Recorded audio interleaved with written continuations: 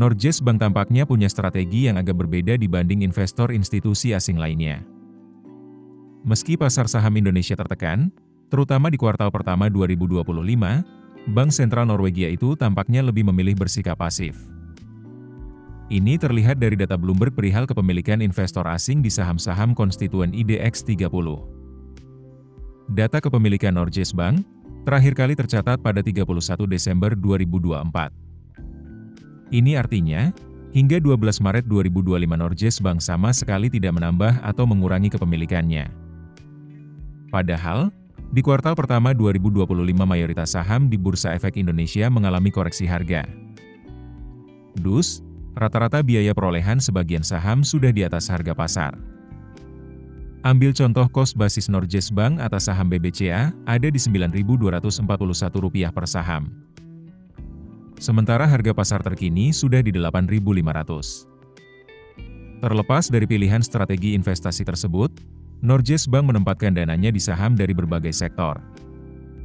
Termasuk saham 4 bank terbesar di Indonesia, PT Bank Rakyat Indonesia Tbk, PT Bank Sentral Asia Tbk, PT Bank Mandiri Tbk, dan PT Bank Negara Indonesia Tbk.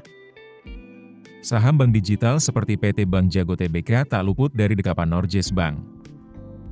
Sektor lain yang juga menjadi sasaran investasi Norges Bank yakni consumer goods, telekomunikasi hingga energi.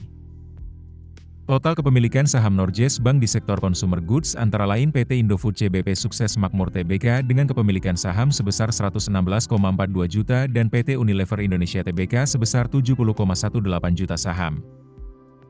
Merujuk Bloomberg, jumlah saham yang paling banyak dikoleksi Norges Bank antara lain tersebar di PT Gojek Tokopedia Tbk dengan kepemilikan 9,96 miliar saham, BBRI sebanyak 1,18 miliar, BBCA sebesar 1,16 miliar, PT Telkom Indonesia Tbk sebanyak 639,85 juta saham dan BMRI sebanyak 590,14 juta saham.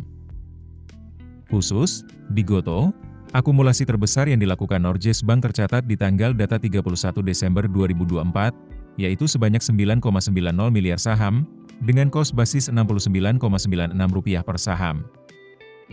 Mengutip laman resmi Norges Bank, pada tahun 2024 lalu perusahaan membukukan laba sebesar 95,1 miliar Norwegian Kron, dibandingkan dengan laba sebesar 70,0 miliar Norwegian Kron pada tahun 2023.